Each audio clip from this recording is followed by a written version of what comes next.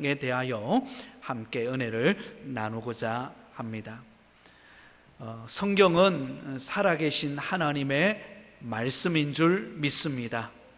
그래서 우리 그리스도인들에게는 이 영의 양식인 하나님의 말씀을 먹을 때 우리는 자라갈 수 있고, 하나님의 말씀인 영혼의 양식인 말씀을 먹을 때 우리는 영적으로 건강할 수가 있습니다. 그러므로 우리는 생명의 양식이 되시는 하나님의 말씀을 날마다 먹기를 사모하는 그런 성도가 되어야 할 줄 믿습니다. 그래서 여러분, 그 유명한 링컨은 이런 말을 했습니다. 성경은 하나님께서 인간에게 주신 가장 좋은 선물로서 인간을 현세와 내세에서 가장 행복하게 해주는 모든 사실들이 성경 안에 계시되어 있다. 여러분, 성경 속에 모든 보화가 다 담겨져 있다라는 사실입니다. 여러분, 우리는 어떤 면에 보면 어릴 때부터 성경책을 늘 들고 다니고 또 익숙하기 때문에 사실은 그 성경 속에 담긴 이 놀라운 보화를 우리가 그냥 쉽게 생각하기가 쉽습니다. 그러나 여러분, 이 영혼의 양식인 하나님의 말씀, 성경 66권 안에 우리의 내세와 또 우리의 현세에 하나님이 주실 모든 은혜가 다 담겨져 있다는 사실을 결코 잊지 마시기를 바랍니다.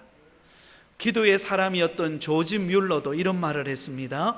나는 성경을 100번 통독하였으나 읽을 적마다 기쁨은 더하여지고 새 책을 읽는 것과 같다. 여러분, 그렇지 않습니까? 다른 책들은 우리가 일반적인 베스트셀러, 그런 우리가 서점에 가서 책을 사면은요, 한 번 딱 읽고 나면 어떻습니까? 그 다음에는 읽기가 싫어요. 아무리 좋은 책도 있잖아요. 한두 번 읽고 나면 더 이상 어떤 깊이와 어떤 그런 더 많은 감동을 받기가 쉽지가 않습니다. 근데 놀랍게도 하나님의 말씀인 성경은 읽고 또 읽고 또 읽어도 어때요? 새로워요. 아멘? 저는 말씀을 읽을 때마다 또 말씀을 전할 때마다 그때마다 하나님이 주시는 그 말씀의 본문은 똑같은데 그때마다 주시는 은혜는 또 다른 것을 경험하게 됩니다. 요즘에 계속 신방 가정 속에 있잖아요. 그런데 신방하면서 각 가정들마다 하나님이 주시는 말씀이 어떤 때는 다르고 또 어떤 때는 또 같은 본문을 전할 때가 있습니다. 그런데 놀랍게도 있잖아요. 똑같은 본문인데 그 성도님의 집에 가서 말씀을 전하다 보면 하나님이 그 가정에 맞는 말씀으로 인도하는 것을 경험할 수가 있어요. 참 놀라워요. 그래서 새벽에 기도하고 하나님께서 말씀을 주시는 그 감동을 따라서 그 가정에 가서 축복 말씀을 전하는데, 똑같은 본문일 때가 있는데도 그 가정에 가서 말씀을 전하면요, 그 가정에 맞는 하나님이 말씀으로 증거하는 것을 보면서 얼마나 놀라운지 모릅니다. 여러분, 하나님의 말씀은 영적 옹달샘과 같은 줄 믿으시기 바랍니다. 여러분, 옹달샘은 어때요? 옹달샘은 가보면은요, 물을 퍼도 그 속에서 계속해서 물이 나오는 거예요. 그래서 먹고 마셔도 마르지 않는 그 영적인 옹달샘이 바로 하나님의 말씀, 성경이라는 사실을 기억하고 성경을 가까이 하는 여러분 되시기를 바랍니다. 여러분, 성경책은 교회당에 올 때 옆에 손에 들고 왔다가 집에 가서는 선반 위에 올려놓고, 그리고 교회 올 때 먼지 한번 툭툭 털고 교회에 들고 오는 그런 장식품이 아니에요. 하나님의 말씀인 성경은 우리의 영혼을 살찌게 하고 우리의 영혼을 새롭게 변화시키는 능력의 말씀인 줄 믿으시기 바랍니다. 그래서 여러분, 그 위대한 부흥사였던 무디도 이런 말을 했습니다. 나는 믿음을 달라고 기도했다. 그러나 믿음은 오는 것 같지 않았다. 그러던 어느 날 로마서 10장 17절 말씀을 읽었다. 우리 같이 한번 읽겠습니다. 시작. 믿음은 들음에서 나며 들음은 그리스도의 말씀으로 말미암았느니라. 여러분, 이 부흥사였던 무디가 하나님 앞에 간절히 믿음을 달라고 기도했어요. 그런데 하나님의 말씀을 읽지 않고 기도하니까 믿음을 달라고 하기는 하는데 그것이 온전한 믿음으로 내게 오지를 않더라는 거예요. 그런데 이 말씀, 로마서 10장 17절 말씀을 읽는 순간 그의 눈이 뜨져버렸어요. 왜냐하면 믿음은 들음에서 나고 들음은 그리스도의 말씀, 성경 말씀을 읽고 그 말씀을 가까이 할 때 믿음이 자라간다는 것을 깨닫는 순간 완전히 그의 인생이 180도 바뀌어졌습니다.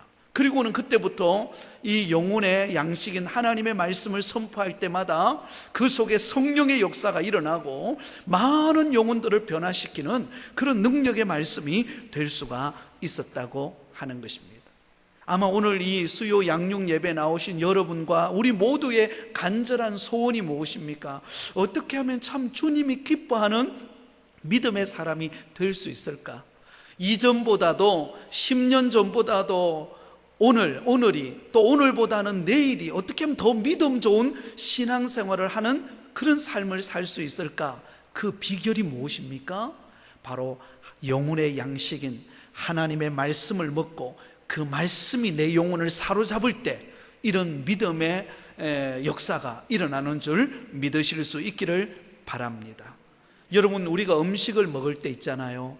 영양소가 골고루 갖추어져 있는 그런 음식을 먹으면 우리가 건강할 수가 있습니다. 마찬가지로 영혼의 양식인 하나님의 말씀을 우리가 골고루 먹고 그 말씀 속에서 은혜를 경험하고 그 말씀이 나의 삶을 날마다 이끌어가는 그런 은혜를 경험할 때 그때 신앙인의 맛을 느낄 수가 있다라고 하는 것입니다. 그러므로 여러분, 하나님의 말씀이 나의 영혼을 새롭게 하는, 그리고 정말로 나의 믿음을 성숙시키는 그 기초가 된다라는 사실을 꼭 기억하실 수가 있기를 바랍니다. 자, 그러면 우리가 날마다 들고 다니는 이 성경책, 이 성경이란 과연 무엇일까요? 그죠? 오늘 본문에 보면 이렇게 말하죠. 성경이란 무엇입니까? 첫 번째, 성경은 살아계신 하나님의 말씀입니다. 한번 따라하겠습니다. 살아계신 하나님의 말씀입니다. 여러분, 성경은 무엇입니까? 우리가 들고 다니는 66권의 이 성경은요, 단순한 그냥 문자, 그 하얀 바탕에 까만 글씨로 적혀져 있는, 예수님이 말씀하시는 것은 붉은색으로 기록이 되어 있죠. 그런 단순한 문자로만 되어 있는 그런 어떤 글로 엮어진 책이 아닙니다. 이 성경은요, 살아계신 하나님께서 우리에게 주시는 말씀이라는 것입니다. 구약 성경에 하나님께서 말씀하시기를 이라는 말씀이요, 무려 2000번이나 언급되어져 있습니다. 그러니까 구약에 예언되어져 있는 모든 말씀은 하나님께서 저와 여러분에게 주시는 말씀입니다. 또한 신약 성경 중에도 너희의 듣는 말은 내 말이 아니요 나를 보내신 아버지의 말씀이니라.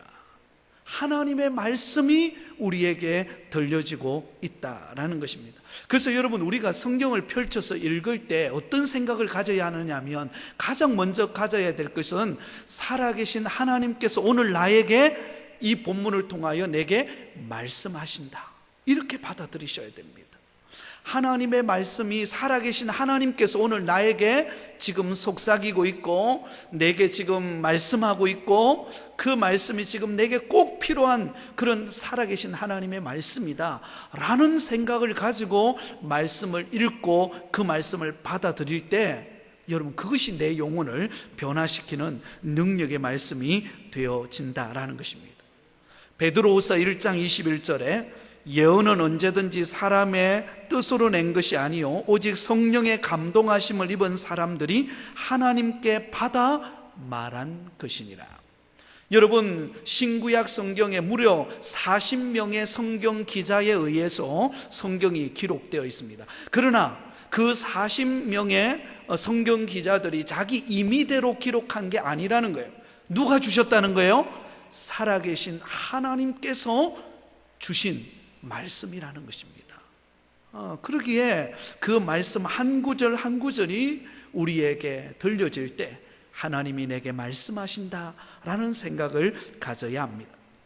그래서 이사야 선지자는 성경을 여호와의 책이라고 불렀고 성령께서 이 책을 모으셨다라고 그렇게 말씀하고 있습니다. 디모데후서 3장 16절 같이 읽겠습니다. 시작.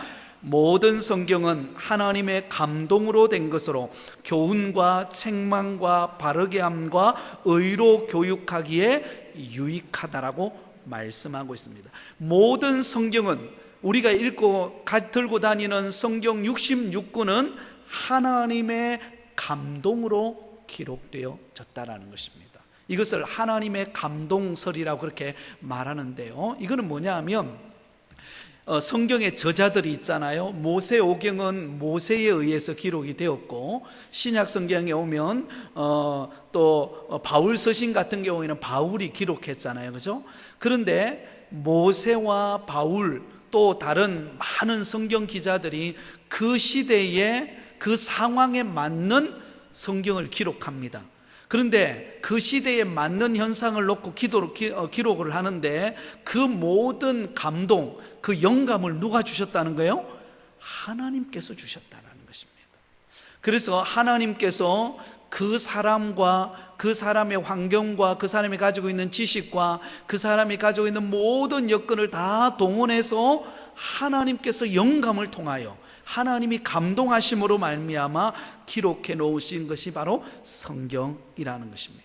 그 성경에는 교훈과 책망과 바르게 함과 의로 교육하기에 유익한 하나님의 말씀이 우리에게 전해지고 있다라는 사실을 우리는 꼭 기억하실 수 있기를 바랍니다. 그래서 여러분 주일이나 아니면 목사님들, 교육자들이 말씀을 전하지 않습니까? 그러면 말씀을 전할 때 여러분 이렇게 받아들이셔야 됩니다. 오늘 저 말씀은 하나님이 나에게 하시는 말씀이구나. 한번 따라하겠습니다. 하나님께서 나에게 말씀하고 계십니다. 네, 이렇게 받아들이시기 바랍니다. 네. 그래서 목회자는 말씀을 준비하면서 하나님, 오늘 이 말씀이 하나님이 전하는 말씀 되게 하시고 하나님의 뜻대로 전하는 말씀 되어서 성도들이 이 말씀을 들을 때에 그 말씀이 마치 하나님께서 지금 나에게 속삭이고 계시고 하나님께서 나를 위로하고 계시고 하나님이 때로는 바른 길로 가지 않는 나의 삶을 책망하시고 변화시켜 주시는 그런 능력의 말씀이라는 사실을 우리가 기억할 때 은혜가 되고요, 그 말씀이 나의 삶을 바꿔놓는 그런 능력의 말씀이 되어진다는 것을 꼭 기억하시기를 바랍니다. 자, 그 다음에 두 번째, 이 성경은 무엇입니까? 신구약 성경의 중심 주제는 누구라고요? 예수 그리스도이십니다. 예수 그리스도라는 단어에다가 동그라미를 쳐놓으시기 바랍니다. 자, 여러분, 우리가 66권의 신구약 성경을 우리가 보는데요, 그 신구약 성경의 중심 주제가 누구인가 하면 바로 예수 그리스도이십니다. 그래서 구약 성경은 장차 오실 예수 그리스도, 우리를 구원하실 구원자이신 예수 그리스도에 관하여서 예언하고 있습니다. 그리고 신약 성경은 이 땅에 오신 예수 그리스도와 그리고 장차 재림하실 예수 그리스도에 관하여 기록이 되어 있습니다. 그래서 성경을 축소하고 딱 모아서 엑기스만 딱 뽑아낸다면 바로 예수 그리스도에 관한 말씀이라는 것을 우리가 알 수가 있습니다. 자, 구약은 인간 구원을 위한 그리스도의 오심에 대한 약속입니다. 신약은 예수님께서 약속할 대로 오셔서 하나님의 약속을 성취하신 구속의 사건을 기록하고 있습니다. 자, 요한복음 5장 39절에 이렇게 말합니다. 우리 같이 한번 읽겠습니다. 시작. 너희가 성경에서 영생을 얻은 줄 생각하고 성경을 연구하거니와 이 성경이 곧 내게 대하여 증언하는 것이로다. 아멘. 여러분, 성경은 곧 누구에 대한 예언입니까? 예수 그리스도에 관한 예언입니다. 그것을 우리는 꼭 기억해야 한다라는 것입니다. 세 번째로 성경을 주신 목적은 예수님이 그리스도이심을 믿고 무엇을 얻게 하려 함이라고요? 영생을 얻게 하려 함이라. 영생에다가 동그라미를 쳐시기 바랍니다. 자, 성경을 우리에게 주신 목적이 있습니다. 그것은 성경의 중심되는 예수 그리스도, 우리의 구원자 되시는 예수 그리스도를 믿고 영원한 생명, 영생을 얻게 하시기 위하여 하나님께서 이 약속의 말씀을 주셨다는 것입니다. 그래서 하나님의 말씀을 통하여서 우리가 죄인인 것을 깨닫습니다. 여러분, 우리가 하나님의 말씀을 읽으면요, 여러분 놀랍게도 그 말씀 속에서 하나님께서 내가 생각지도 못했던 죄들을 깨닫게 하십니다. 그게 은혜입니다. 하나님의 말씀을 읽는데 그 말씀 속에서 나에게 부딪혀오는 말씀이 있어요. 내가 형식적으로 신앙생활했던 모습들, 내가 입만 무성했던 모습들, 우리가 새벽에 지금 마태복음을 우리가 같이 나누고 있지 않습니까? 그러면 그 모습을 통해서, 그 말씀을 통해서 어때요? 내 모습을 보는 거예요. 그래서 입만 무성한 내 모습을 하나님 앞에 회개하면서, 하나님, 입만 무성한 무화과 나무와 같은 그런 사람이 아니라 열매 맺는 믿음의 성도가 되게 해달라고, 그렇게 말씀을 통하여서 우리는 깨닫게 되는 것입니다.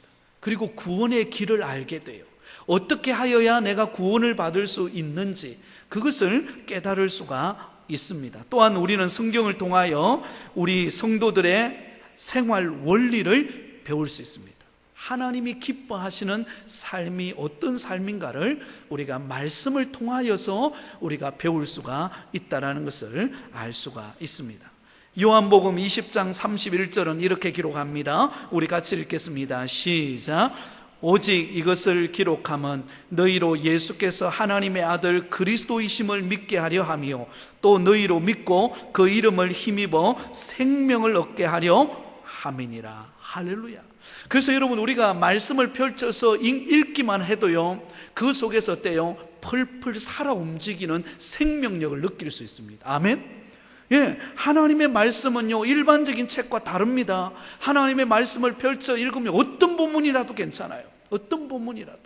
여러분, 우리가 창세기부터 쭉 읽어갈 수도 있고, 아니면 지금 우리가 성경 퀴즈 문제를 통해서 우리가 본문을 차례차례 지금 우리가 읽고 나가고 있지 않습니까? 그렇게 읽어 나갈 수도 있고, 아니면 때로는 있잖아요, 내게 툭 그날따라 생각나게 하는 본문의 말씀이 있을 수도 있어요. 그죠?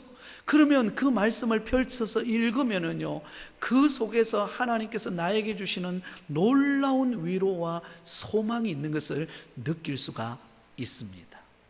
그런 은혜를 여러분 경험하실 수 있기를 예수님의 이름으로 축원드립니다. 예, 그런 것을 우리가 깨닫는 거예요. 그리고 특별히 여러분들 가운데 현재 지금 고난을 많이 겪고 있는 분들은요, 시가서를 한번 읽어보시기 바랍니다. 시가서는 시편, 잠언, 전도서, 아가서, 이 본문들은요, 관점이 현재 관점입니다. 그러니까 지금 현재 내가 당하는 고난, 지금 현재 내가 겪는 어려움의 문제를 놓고 하나님 앞에 씨름하면서 기록한 성경이 시가서예요. 구약 성경을 본다면. 그래서 시가서를 통해서 우리가 오늘 현재 당하는 고난의 문제를 우리가 풀어낼 수가 있습니다. 그래서 저는 때로는 현실 앞에 때로는 막 답답함을 느낄 때 저는 시편을 많이 읽습니다. 시편을 읽으면요, 그때마다 하나님이 제게 주시는 감동들이 있습니다. 그러면 살아나는 거예요. 막 식어졌던 믿음이 막 회복되어지는 것을 느낄 수가 있습니다. 또 때로는 여러분 이런 생각을 가질 때도 있을 거예요. 내 미래가 어떻게 될까? 이런 고민이 될 때가 있잖아요. 그죠? 미래에 대한 염려거리들이 막 찾아옵니다. 내 자녀의 미래에 대한 염려, 또 나의 미래에 대한 염려, 우리 가정의 미래에 대한 염려가 막 복잡하고 막 흔들린다. 그때는 여러분 구약 성경 중에서 예언서를 한번 읽어보시기 바랍니다.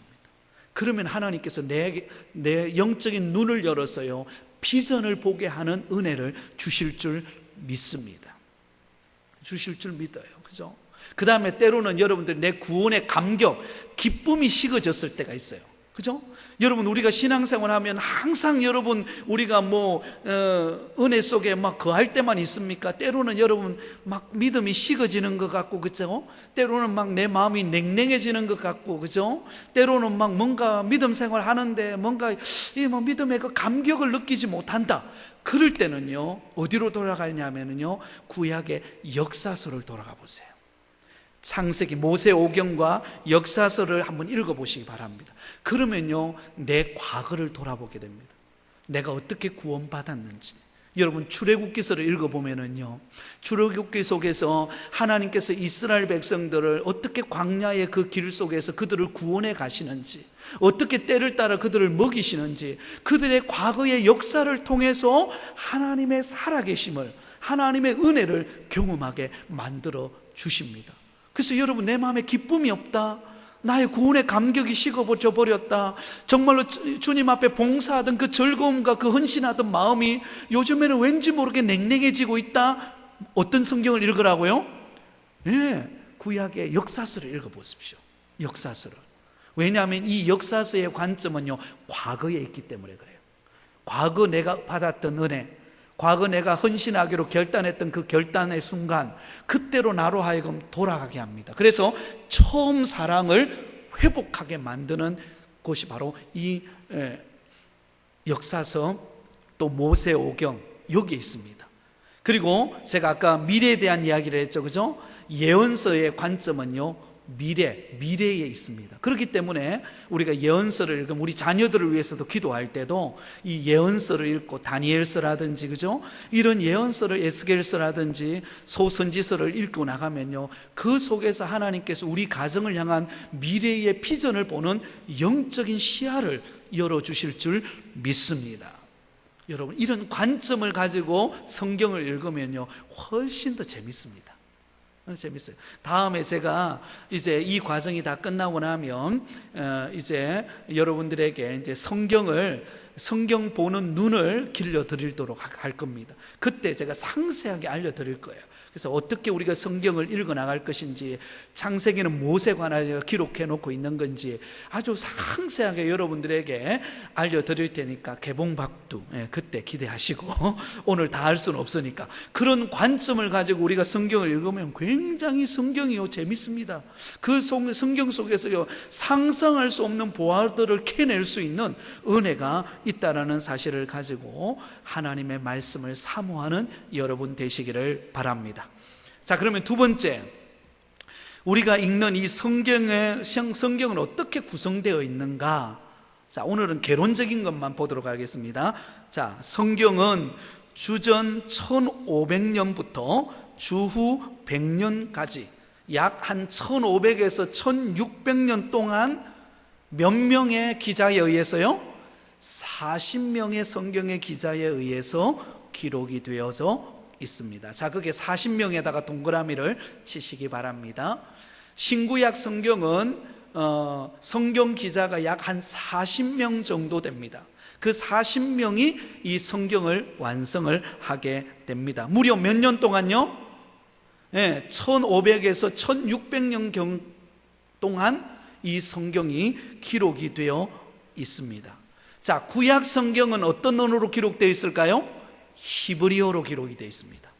신약은 헬라어로 기록이 되었습니다. 우리야 신구약을 우리가 한글로 보기 때문에 이게 어떤 게 기록되었는가 잘 모르잖아요. 그런데 본래 구약 성경은 히브리어로 기록이 되어져 있고, 그 다음에 신약 성경은 헬라어로 기록이 되어져 있습니다. 근데 여러분, 놀라운 것은요, 저를 주목해 보세요. 성경이 무려 1500년에서 1600년 동안에 걸쳐서 굉장히 긴 기간 동안 성경이 기록되어졌잖아요. 그것도 성경 기자가 무려 40명이라는 사람들이 성경을 각자 다른 환경에서, 각자 그에게 처해진 환경 속에서 경험하고, 또 그 속에서 하나님이 말씀하시는 것들을 기록을 했습니다. 근데 여러분, 신기하죠? 각자 직업이 다르고 환경이 다르고 문화가 다르고 시대가 다른데요, 여러분, 성경을 읽어보면요 기가 막히게 그 성경이 딱딱 맞아떨어집니다. 너무나 놀라워요. 하나님께서 구약 성경에 예언되어졌던 것들이요, 이사야 선지자로 예언되어졌던 것들이요, 신약 시대 예수님 시대에 딱 와서 그것이 그대로 성취가 됩니다. 그렇죠? 그래서 여러분 신구약 성경을 우리가 읽어보면은 이게 너무나 신비하게 이게 톱니바퀴가 이렇게 막 맞아 들어가듯이 그렇게 하나님의 말씀이 너무나 신기하게도 딱딱딱딱 맞아 떨어지게 그렇게 연결되어져 있고 그렇게 성경이 성취되어져 가는 것을 볼 수가 있습니다. 왜 그렇습니까? 누구에 의해서 기록이 되었기 때문이죠? 하나님의 감동으로 되었기 때문에 그렇습니다. 그러므로 여러분 성경의 원저자는 누구예요?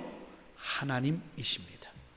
하나님께서 만드신 작품을 사람을 통하여서 기록해 놓은 것이 성경이에요. 그래서 그 성경이 전혀 다른 시대를 살아도 그게 딱딱딱딱 들어맞도록 하나님께서 너무나도 오묘하고 신비하게도 하나님의 말씀을 그렇게 펼쳐서 우리에게 전해주고 있다는 사실을 꼭 기억하실 수 있기를 바랍니다. 이것을 성경의 통일성이라고 말합니다. 한번 따라하겠습니다. 성경의 통일성. 시대가 다르고 직업이 다르고 문화가 다르고 모든 게 다르지만 그러나 성경은 다 연결되어져서 너무나도 통일성 있게 성경이 창세기부터 요한계시록까지 흘러간다라는 사실입니다. 그래서 여러분 성경은 신비합니다. 성경을 펼쳐 읽어보면요 그 속에 하나님이 심어놓으신 엄청난 보화와 은혜가 있다라는 사실을 기억하시기 바랍니다. 그래서 말씀을 우리가 가까이 하는 여러분 되시기를 바랍니다. 그리고 우리가 기억해야 될 것은 성경이 우리가 지금 읽는 이 성경은 장별로 또 이렇게 구분이 되어져 있지 않습니까? 근데 원래 성경은요 이게 장이 구분되어 있지를 않았습니다. 그 밑에 보면 이렇게 기록되어 있죠. 참고적으로 성경을 장으로 구분한 것은 몇 세기예요?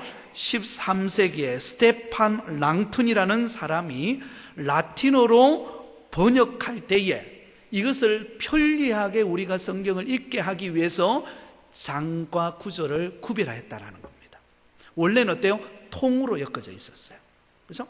그랬는데 그것을 구분해 놓았다라는 것을 여러분 기억하시기를 바랍니다. 자, 구약이 몇 권입니까? 구약이요? 39권. 신약은요?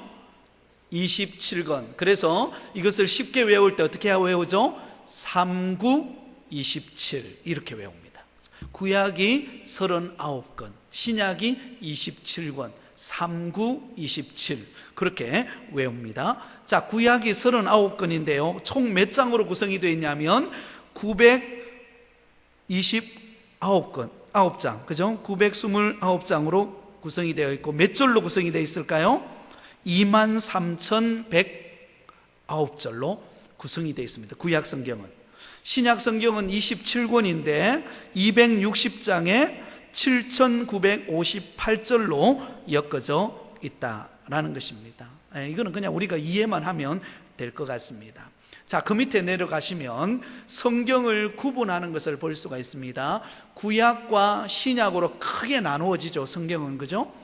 그런데 구약을 먼저 보시면 크게 네 가지로 나누어지는 것을 볼 수가 있습니다. 제일 먼저 율법서. 우리가 잘 아는 율법서는 뭐죠? 모세오경을 말합니다. 모세오경. 모세가 기록한 5권의 경전, 율법서를 말합니다. 자, 모세오경에는 어떤 것들이 있을까요? 같이 읽어보겠습니다. 시작. 창세기, 출애굽기, 레위기, 민수기, 신명기. 여기까지 이 5가지를 일컬어서 모세오경 혹은 율법서라고 그렇게 말씀을 합니다. 그 다음에 이 율법서가 딱 끝나는 여호수아서부터는 뭐냐면 역사서, 이스라엘의 역사를 시대적인 흐름에 따라서 쭉 기록해 놓고 있는 것을 일컬어서 역사서라고 합니다. 이 역사서는 총 12권의 역사서가 있습니다. 같이 읽어보겠습니다. 시작.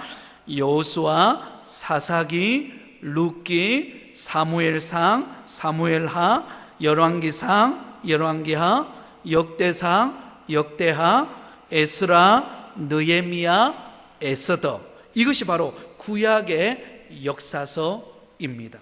여호수아서는 어떤 내용이죠?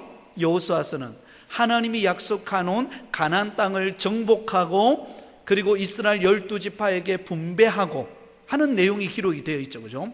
거기서부터 출발해가지고 쭉 이스라엘의 역사가 흘러갑니다. 그리고는 저 뒤에 느헤미야, 에스더, 에스라, 이 부분은 뭡니까? 포로 귀환 시대예요. 포로로 끌려갔던, 바벨론의 포로로 끌려갔던 이스라엘 백성들이 본국으로 귀환하는 내용까지 구약이 그렇게 엮어져 있습니다. 그죠? 네. 그것이 바로 역사서 12권이라는 것을 알 수가 있습니다. 그리고 그 중간에 시가서가 있어요. 시가서는 5권입니다. 5권 같이 읽겠습니다. 시작. 욥기, 시편, 잠언, 전도서, 아가서, 이것은 시가서예요. 그 다음에 예언서가 총 17권으로 그 다음에 엮어져 있습니다. 17권인데 이 예언서도 크게 둘로 나눕니다. 대선지서와 소선지서로 나누어지는데요, 대선지서와 소선지서로 나누는 이유는 다른 데 있는 게 아니에요. 쉽게 이해하면 됩니다. 분량에 따라서 나누었다고 생각하시면 됩니다. 대선지서는 분량이 많은 본문, 그리고 소선지서는 분량이 작은 것, 그렇게 이해를 하면 돼요. 자, 대선지서는 5권입니다. 같이 읽겠습니다. 시작. 이사야, 예레미야, 예레미야애가, 에스겔, 다니엘. 이것은 내용이 많기 때문에 대선지서라 그렇게 부릅니다. 그 다음에 소선지서는 12권입니다. 12권 같이 읽어보겠습니다. 시작. 호세아, 요엘, 아모스, 오바다, 요나, 미가, 나훔, 하박국, 스바냐, 학개, 스가라, 말라기. 자, 이게 소선지서예요. 자, 그런데 여러분 보세요. 이 관점을 제가 조금 전에 앞에서 미리 말씀을 드렸죠. 자, 거기에다가 이렇게 엮어보세요. 1번과 2번을 엮어보세요. 율법서와 역사서를 딱 엮어서 거기다가 시제가 위에다 시제 쓰시고 거기다가 과거라고 적으시기 바랍니다. 과거. 자, 율법서와 역사서의 시제는 어디에 있어요? 어디에 있다고요? 과거 이스라엘의 역사를 말합니다. 과거의 이스라엘 역사. 그 다음에 시가서가 나오죠. 시가서, 그죠? 시가서의 시제는 어디라고요? 현재. 지금 현재 내가 당하고 있는 고난, 지금 내가 겪고 있는 환경, 그 속에서 기록한 거예요. 그 다음에 예언서의 시제는 어디 있을까요? 그러면요, 미래에 있습니다. 미래. 이런 관점을 가지고 성경을 읽으면 훨씬 더 재미가 있습니다. 자, 뒤로 넘어갑니다. 자, 이제는 신약 성경으로 넘어가겠습니다. 신약 성경도 크게 4가지로 나누어집니다. 복음서, 그 다음에 역사서, 서신서, 예언서로 나누어져요. 자, 복음서는 우리가 잘 아는 사복음서를 말하죠. 그죠? 사복음서는 무엇에 관한 내용을 기록하고 있나요? 예수님의 오심과 예수님의 공생애를 기록하고 있는 내용이에요. 자, 사복음서는 4권입니다. 같이 읽어보겠습니다. 시작. 마태복음, 마가복음, 누가복음, 요한복음. 이것을 일컬어서 사복음서라 그렇게 말합니다. 그 다음에 신약의 역사서가 있어요. 신약시대 초대교회가 어떻게 만들어졌고 어떻게 부흥하게 되었고 또 어떻게 핍박이 와서 흩어지게 되었고 그리고 그 복음이 전 세계로 어떻게 흘러가느냐라고 하는 역사를 기록하고 있는 책이 한 권 있는데 그 역사서가 뭐예요? 사도행전입니다. 사도행전. 자, 그 다음에 서신서가 있는데요, 이 서신서는 편지를 보낸 것을 말합니다. 개인이 편지를 보낸 것을 일컬어서 우리가 서신을 보낸다 그러잖아요. 그래서 편지를 보낸 것을 일컬어서 서신서라 그러는데요, 이 서신서는 21권으로 구성이 되어 있는데 그것도 크게 둘로 나눕니다. 바울이 보낸 서신을 일컬어서 바울서신이라 그래요. 그리고 바울 외에 다른 사도들이 보낸 서신을 일컬어서 일반 서신이라 그렇게 부릅니다. 이해가 되시겠죠? 자, 그러면 바울이 기록한 바울 서신이 총 몇 권이에요? 13권입니다. 같이 읽어보겠습니다. 시작. 로마서, 고린도전서, 고린도후서, 갈라디아서, 에베소서, 빌립보서, 골로새서, 데살로니가전서, 데살로니가후서, 디모데전서, 디모데후서, 디도서, 빌레몬서, 여기까지가 사도 바울이 본인이 편지를 적어서 보낸 서신, 그것이 바울 서신이에요. 13권입니다. 그러니까 이거는 우리가 이 공부를 하고 나면 누가 물어보면 바울이 성경에서 몇 권을 기록했나 라고 물으면 여러분 뭐라고 대답해야 되겠어요? 그것도 모르나 13권 이렇게 한번 하시기 바랍니다. 그래서 꼭 그것도 모르나 한번 넣어보세요. 그래서 13권을 기록했다는 거죠. 그리고 바울 외에 사도들이 기록하고 다른 지도자들이 기록한 것이 일반 서신인데, 일반 서신은 몇 권이에요? 8권. 같이 읽어보겠습니다. 시작. 히브리서, 야고보서, 베드로전서, 베드로후서, 요한일서, 요한이서, 요한삼서, 유다서까지가 일반 서신이에요. 히브리서는 사실은 저자를 잘 알지를 못합니다. 어떤 분은 바울이 썼을 것이다, 어떤 학자들은 바울 외에 다른 분이 썼을 것이다. 그러니까 이 정확하게 나오지를 못하기 때문에 일반 서신에 포함을 했습니다. 야고보서는 누가 기록했을까요? 야고보 사도가. 이 야고보 사도는 예수님의 친동생입니다. 예수님의 친동생인 야고보가 기록했어요. 베드로전후서는 누가 기록했을까요? 베드로가. 그죠? 요한 1, 2, 3서는 사도 요한이, 유다서는 유다가 기록을 했다는 거죠. 그리고 마지막 예언서, 우리 미래에 이루어질 예언서, 주님의 재림에 관한 내용을 기록하고 있는 예언서가 한 권이 있습니다. 요한계시록. 그렇게 엮어져 있다는 사실을 꼭 기억하실 수 있기를 바랍니다. 자, 이제 마지막입니다. 그러면 이렇게 성경이 너무나도 오묘하고 또 그리고 굉장히 섬세하게 하나님이 우리에게 이 영혼을 살리는 생명의 양식으로 주신 이 하나님의 말씀 성경을 우리가 대하는 바람직한 자세는 어떤 자세여야 할까요? 이게 중요하겠죠. 성경이 이만큼 중요하다는 걸 우리가 알고 있는데 그냥 이 성경을 여러분 우리가 그냥 쉽게 여겨가지고는 안 되는 거죠. 굉장히 자세가 중요합니다. 첫 번째 한번 따라하겠습니다. 말씀을 들어야 합니다.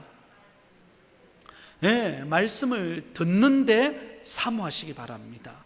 하나님의 말씀을 즐거운 마음으로 듣고 적용하도록 해야 합니다. 왜냐하면 하나님의 말씀을 들을 때 뭐가 생겨요? 믿음이 생기기 때문에 그렇습니다. 이거는요 불변의 진리입니다. 로마서 10장 17절에 믿음은 들음에서 나며 들음은 그리스도의 말씀으로 말미암느니라. 말씀을 듣지 않고 믿음이 자란다? 있을 수 없는 일입니다. 하나님의 말씀을 들을 때, 살아계신 하나님께서 나에게 주시는 말씀을 들을 때 우리의 믿음이 성장하기 때문에 그렇습니다.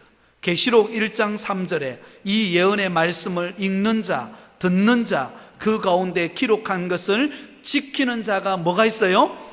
복이 있다. 말씀을 읽는 자가 복이 있습니다.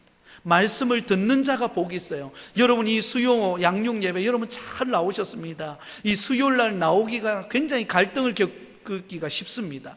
그런데 이 시간에 나와서 말씀을 듣다 보면은요 나도 모르는 사이에 믿음이 자라는 은혜를 경험할 줄 믿습니다. 그래서 여러분들 말씀을 듣는 자리를 사모하시기 바랍니다. 자, 두 번째 따라가겠습니다. 말씀을 읽어야 합니다. 여러분 말씀을 듣는 것으로 끝나지 말고 여러분들이 성경을 펼쳐놓고 읽으시기를 바랍니다. 날마다 부지런히 읽으시기를 바랍니다. 여러분 양은 여러분에 따라서 조절하시면 됩니다. 여러분들이 많이 읽고 싶으신 분은 많이 읽으시고, 그러나 나는 한 장 읽고 싶다, 한 장이라도 오늘 읽고 싶다, 괜찮습니다. 펼쳐놓고 말씀을 읽고, 그죠? 기도하는 마음으로 말씀을 읽고, 믿음으로 읽고, 간절히 사모하는 마음으로 읽고, 그죠? 꿀처럼 단 하나님의 양식으로 읽을 때 하나님께서 우리 가운데 말씀하시고 은혜를 경험하게 됩니다. 세 번째, 한번 따라하겠습니다. 말씀을 암송하며 공부해야 합니다. 하나님의 말씀을 여러분 암송하는 것이 얼마나 중요한지 모릅니다. 왜냐하면 때로는요, 갑자기 어떤 유혹이 왔을 때, 갑자기 어떤 문제가 딱 부딪혔을 때, 그때 우리가 암송했던 말씀이 딱 떠오르는 거예요. 그 암송했던 말씀이 딱 떠올라서 그 유혹을 이기고 믿음으로 그것을 극복해 나갈 수 있는 것을 경험할 수가 있습니다. 경험할 수가 있어요. 자, 여러분, 우리가 가장 암송하기 좋은 성경이 어딜까요? 시편 23편. 시편 23편. 우리 같이 한번 외워볼까요? 한번 같이 한번 펼쳐놓고 읽으셔도 됩니다. 같이 한번 해보겠습니다. 시작. 여호와는 나의 목자시니 내가 부족함이 없으리로다. 그가 나를 푸른 풀밭에 누이시며 쉴 만한 물가로 인도하시는도다. 내 영혼을 소생시키시고 자기 이름을 위하여 의의 길로 인도하시는도다. 내가 사망의 음침한 골짜기로 다닐지라도 해를 두려워하지 않을 것은 주께서 나와 함께 하심이라. 주의 지팡이와 막대기가 나를 안위하시나이다. 내 원수의 목전에서 내게 상을 차려주시고 내 머리에 기름을 부으셨으니 내 잔이 넘치나이다. 내 평생의 선하심과 인자하심이 반드시 나를 따르리니 내가 여호와의 집에 영원히 살리로다. 할렐루야. 여러분, 이 시편 23편을요 누가 그러더라고요.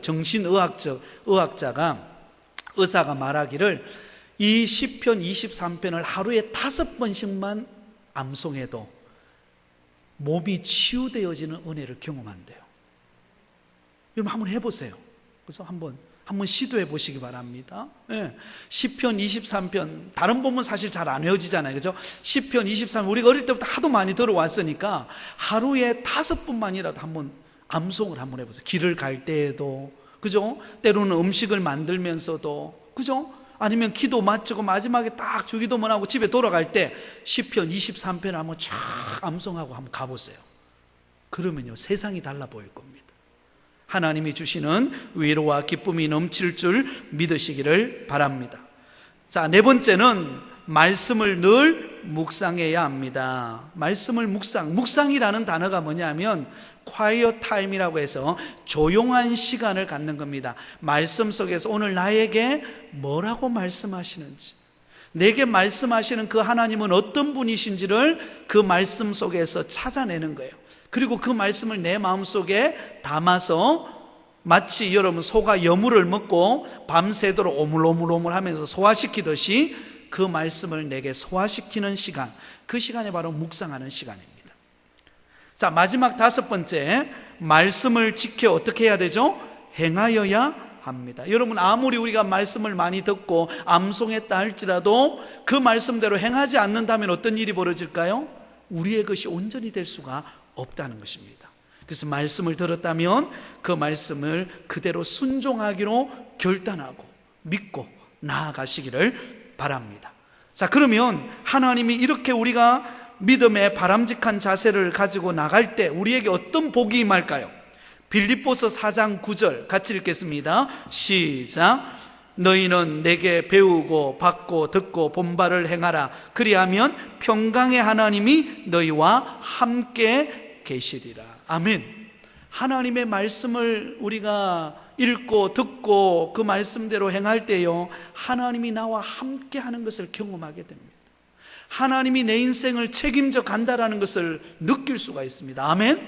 여러분 어떠세요? 요즘에 하나님께서 내 삶을 이끌어가고 계심을 여러분 느끼고 계십니까? 그것을 경험하고 계십니까? 말씀 속에서 그것을 경험할 수가 있는 거예요. 말씀을 붙잡고 나가면은요 하나님이 나를 이끌어가고 계신다라는 것을 경험할 수 있다는 거예요. 그리고 용기가 생기는 거예요. 담대함이 생기는 겁니다. 자, 그 다음에 여호수아서 1장 7절에서 9절까지 같이 읽겠습니다. 시작. 말씀 순종하면 어디로 가든지 형통하고 길이 평탄하고 하나님이 함께 하십니다. 말씀대로 순종할 때 하나님께서요, 안 될 것 같은데 되게 하세요. 여러분이 형통이라는 말은 우리가 오해하기 쉬운데요, 형통이라는 말은 모든 게 잘 된다라는 말이 아니라, 형통이라는 것은 우리에게 똑같이 어려움이 찾아오지만 그 어려움 속에서 하나님께서 형통의 문을 여신다는 거예요. 아멘? 그래서 여러분, 말씀을 지키고 믿음으로 나가면은요, 안 될 것 같은 상황이 우리 앞에 펼쳐져요. 모든 게 다 막힌 것 같아요. 근데 믿음으로 말씀을 붙잡고 나가면은 하나님이 안 될 것 같은 그 상황을 열어버리시는 거예요. 그래서 되게 하시는 것입니다. 여러분, 이런 은혜를 경험하실 수 있기를 바랍니다. 마지막 요한복음 15장 7절입니다. 믿음 생활에 열매를 맺게 됩니다. 같이 읽겠습니다. 시작. 너희가 내 안에 거하고 내 말이 너희 안에 거하면 무엇을 맺어요? 열매를 맺는다. 과실을 많이 맺는다. 네, 과실을 맺어. 여러분, 우리가 주님의 말씀에 딱 붙어 있으면, 하나님의 말씀을 딱 붙잡고 있으면 여러분, 자연스럽게 열매를 맺게 됩니다. 내가 막 맺으려고 막 안달버달 할 필요 없어요. 말씀을 딱 붙잡고 있으면요, 자연스럽게 시간이 흐르고 환경의 문이 열리면서 열매 맺게 하시는 분이 우리 하나님이심을 기억하시기 바랍니다. 여러분, 우리에게는 다 염려와 걱정이 있습니다. 자녀에 대한 염려와 걱정이 있고요, 사업장과 일터에 대한 염려가 있고요, 가정에 대한 염려가 있고, 때로는 교회에 대한 우리는 여러 가지 현안의 문제들이 있습니다. 그러나 중요한 것은 우리가 그것을 붙잡고 있으면요, 못 살아요. 힘들어서. 그렇잖아요, 그죠? 그것 딱 집중하면 있잖아요, 기도해도 힘이 빠져요. 근데 그때 뭘 붙잡으라고요? 말씀을 붙잡으라는 겁니다. 할렐루야. 내게 주시는 약속의 말씀, 여러분 집에 신방에 갔을 때 하나님 내게 주셨던 그 약속의 말씀, 하나님이 내게 붙잡게 하시는 그 말씀, 떠오르게 하는 말씀, 그 말씀을 딱 붙잡고 딱 버티고 있으면요, 하나님께서 기적의 문을 여시는 은혜가 임할 줄 믿습니다. 이게 예수 믿는 즐거움인 것입니다. 이런 놀라운 약속이 하나님의 말씀 속에 가득가득 담겨져 있다는 것을 기억하면서 주의 말씀 속에 승리하시기를 예수님의 이름으로 축원드립니다. 하나님은 우리를 사랑하셔서 우리에게 말씀을 주셨습니다. 여러분, 우리 생각에는요, 하나님이 우리를 사랑하셔가지고 돈다발을 하늘에서 내려주시면 얼마나 좋아요, 그죠? 네. 그런데 하나님은요, 돈다발을 내려두시지 않고 말씀을 주셨어요. 왜? 이 말씀 속에는요, 돈다발보다도 더 귀한 보화들이 다 들어있기 때문에 그래요. 내세와 현세에 하나님이 우리에게 주실 복이 이 말씀 안에 다 담겨져 있습니다. 우리가 그 성경을 펼쳐서 문을 열어서 보기만 하면, 그 말씀을 내 것으로 취하기만 하면 그 보화가 나의 것이 될 것입니다. 아멘? 그것을 우리 가운데 담으실 수 있기를 바랍니다. 그래서 누가복음 11장 28절에 하나님의 말씀을 듣고 지키는 자는 복이 있느니라. 그러므로 여러분, 오늘부터 우리가 하나님의 약속의 말씀, 이 말씀을 꼭 붙잡고 믿음으로 달려가시기를 바랍니다. 그래서 말씀이 내 영혼을 살리고, 말씀이 우리 가정을 살리고, 말씀이 우리 교회를 부흥케 하는 통로가 될 줄 믿습니다. 이런 믿음의 승리자들이 다 되시기를 예수님의 이름으로 축원드립니다.